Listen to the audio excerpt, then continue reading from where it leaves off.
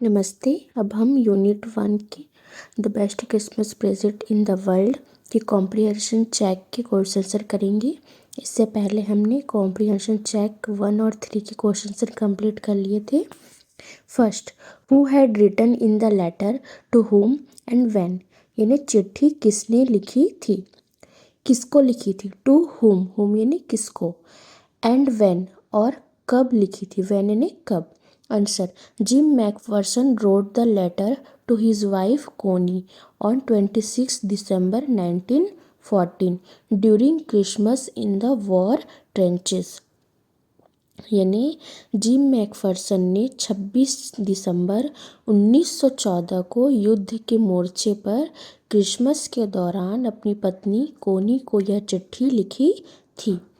Gym McPherson wrote the letter to his wife Connie, कब लिखी थी, ऑन 26 दिसंबर 1914, यानी during Christmas in the war trenches. Okay, यानी Jim McPherson ने 26 जनवरी 1914 को युद्ध के मोर्चे पर क्रिसमस के दौरान अपनी पत्नी कोनी को यह चिट्ठी लिखी थी।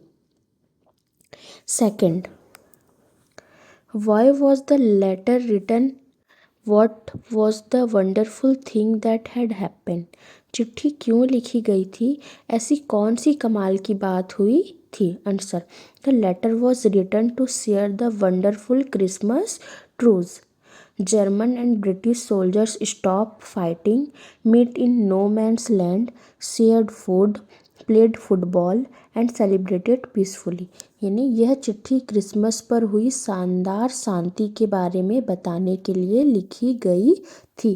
The letter was written to share the wonderful Christmas truce. German और ब्रिटिश सैनिकों ने लड़ाई बंद कर दी। German and British soldiers stop fighting, no man's land में मिले, meet in no man's land, खाना शेयर किया, शेयर्ड फूड, फुटबॉल खेला, प्लेड फुटबॉल, और शांति से जश्न मनाया, and celebrated peacefully. Okay, third question, What jobs did Hans Wolf and Jim McPherson have when they were not soldiers? जब Hans Wolf और जिम मैकफर्सन सैनिक नहीं थे तो वे क्या काम करते थे। Answer, Hans Wolf was a cellist who played the cello in an orchestra and Jim McPherson was a school teacher, यानी हैंस वुल्फ एक सेलो वादक था जो ऑर्केस्ट्रा में बजाता था और जिम मैकफर्सन एक स्कूल शिक्षक था। Okay, fourth, has Hans Wolf ever been to Dorset, why did he say he knew it, क्या हैंस वुल्फ कभी डोरसेट गया था, उसने ऐसा क्यों कहा कि वह उसे जानता है। Answer, no, Hans had never been to Dorset in the past. He had learned about Dorset from school and read several English books. One of his favorite books was Far from the Madding Crowd, written by Thomas Hardy. यानी नहीं, हंस पहले कभी Dorset नहीं गया था।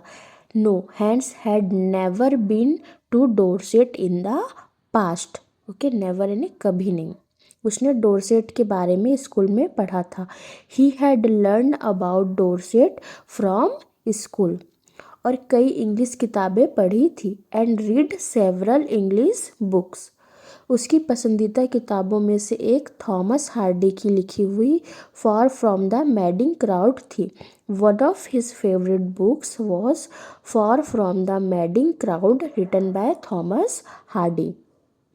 Okay, fifth question, do you think Jim McPherson came back from the war, how do you know this, क्या आपको लगता है कि जिम मैकफर्सन युद्ध से वापस आया था, आपको यह कैसे पता चला।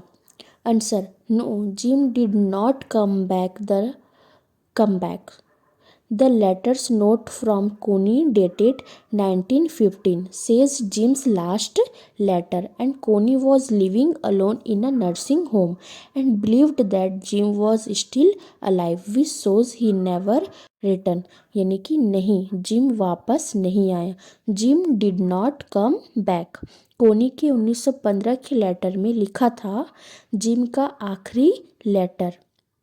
The letter's note from Connie dated 1915 says Jim's last letter.